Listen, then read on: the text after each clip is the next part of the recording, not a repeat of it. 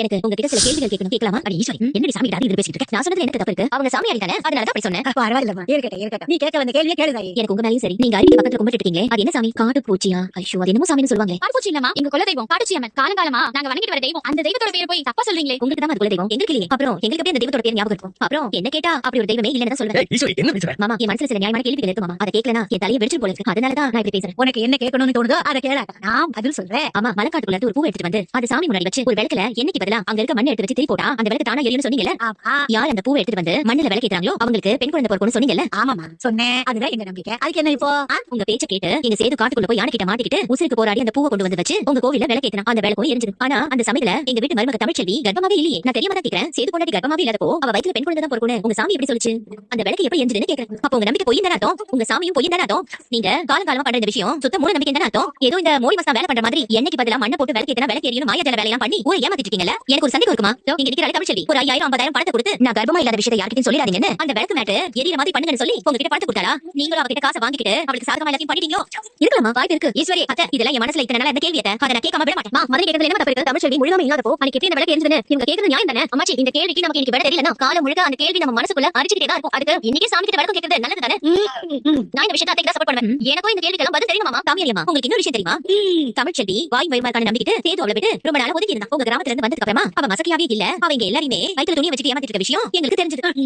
அதுக்கப்புறம் அவ அவங்க அப்பா வீட்டுக்கு போயிட்டா. ஆனா பாருங்க, அதுக்கப்புறம் ரெண்டு பேரும் போன் பண்ணி தமிழ்ச்செல்வி உண்மையாவே மசக்கியா இருக்கான்னு சொல்றாங்க. ஏமா, நான் தெரியாம தான் கேக்குறேன். புருஷன் பொண்டாட்டி ஒண்ணா சேர்ந்து வாழாம இருக்கும்போது பொண்டாட்டி மசக்கியா இருக்கான்னு சொன்னாங்கன்னா அப்போ எங்க சேதுக்கு அவ துரோகம் பண்ணிருக்கான்னு அர்த்தம். சும்மா நீங்க தேவையில்லாம பேசுறீங்க. சேது, நான் ஒண்ணு புதுசா கேள்வி கேட்கலப்பா. நீ ஒயின் ஷாப்ல குடிச்சு போட்டு உன் பொண்டாட்டிய ஊருக்கு முன்னாடி வச்சு கேள்வி கேட்டல. அந்த கேள்வியை தான் நான் இப்ப இவங்க கிட்ட கேக்குறேன். அந்த நேரத்துல தமிழ்ச்செல்வி உன்கிட்ட நான் வாய் வயிறுமா இருக்கேன்னு சொன்னப்ப இந்த புள்ளையோட தரப்ப யாருன்னு கேட்டது நீதானே? உன் வயித்துல வளர புள்ளைக்கு நான் தரப்ப கிடையாதுன்னு சொன்னது நீதானே? நான் இல்லையே. சும்மா நாளைக்கு நேரத்துல இல்லாதனாலயும் ஏற்கனவே கோவத்துல இருந்தனால அப்படி பேசுறேன். அன்னைக்கு நான் பேசுறதுக்கு இந்த நிமிஷம் வரைக்கும் நான் பதில் பண்ணிட்டு இந்த பாத்து சேது, நீ ஏதோ கோவத்துல அந்த கேள்வி கேட்டேன்னு சொன்னாலும் எங்க எல்லாருக்கும் அந்த கேள்வி ரொம்ப நியாயமா பட்டுச்சு. இருக்கேன். என்ன பேசிட்டு இருக்க? மாமா, என்ன மன்னிச்சிருங்க மாமா. தமிழ் மசக்கையா இருக்கான்னு நம்பி சேது அவளை விட்டு பிரிஞ்சிருந்தது நம்ம எல்லாருக்கும் தெரியும். அப்புறம் எப்படி மாமா அவ கர்ப்பமா இருக்க முடியும்?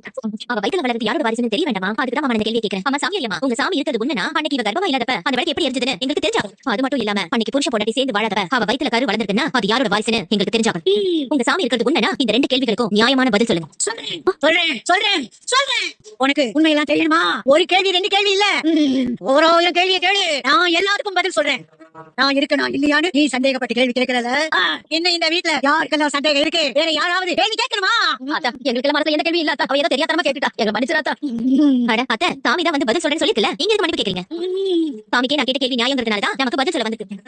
சாமியாரியம்மா, நீங்க பதில் சொல்லுங்க.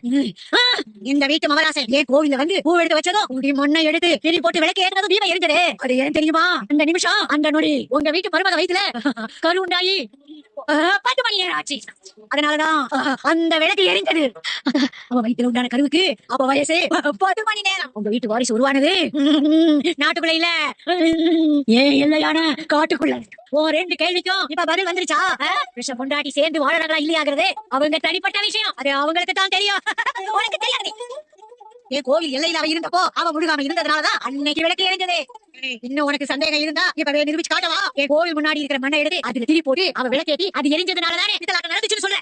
கோவிலுக்கு வாசல்ல மண்ணை எடுத்து இதுல விளக்கேத்தினாலும் அதை நான் எரிய வச்சு காட்டவா? நீ ஒரு விளக்கு எடுத்துட்டு போயே ஓ வீட்டு வாசல்ல இருந்து மண்ணை எடுத்துக்கிட்டு வா. எதுக்கு நிக்கிற? ஓ ஓ அம்மா சொல்றது ஓடி போறேன். ஓடி இல்ல இது ஈர மண்ணா இருக்கு. காஞ்ச மண்ணா எடுத்துட்டு போகும். உன் கையாலேயே அந்த விளக்கை ஏத்து.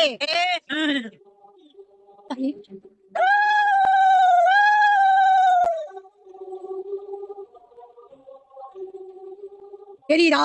அந்த விளக்கு எரியுதா? இவ வயித்துல வளர்ற குழந்தை யாரோட வாரிசுன்னு கேட்டியே, அதுக்கு பதில் சொல்லவா? அதுக்கு நான் இல்ல, ஓ சாமிய வச்சே பதில் சொல்லவா? இவ வயித்துல வளர்ற இந்த குழந்தை எந்த வீட்டு வாரிசு? இதுதான் உண்மைன்னு சொல்ற மாதிரி ஓ வீட்டு பூச அறையில இவ மனுஷத்தை கேட்கும். கேக்குதா இல்லையா பாரு. கேக்குதா? ஓ சாமி மணி அடிக்கிற சத்தம் கேக்குதாடி? இந்த வீட்டு வாரிசு அவ வயித்துல வளர்ந்துட்டு இருக்குன்னு ஓ சாமி சொல்லாம சொல்லுது. அது உனக்கு கேக்குதா? தமிழ் வயித்துல ரெட்டப்புள்ள வளருதுங்கிறத சாமி சொல்ல வந்தோம். இவ என் சதி என்னோட புரிஞ்சதா? ஈஸ்வரி, உன் கேள்விக்கு பதில் கிடைச்சிச்சுல, ஒழுங்கு மரியாதை கேள்வி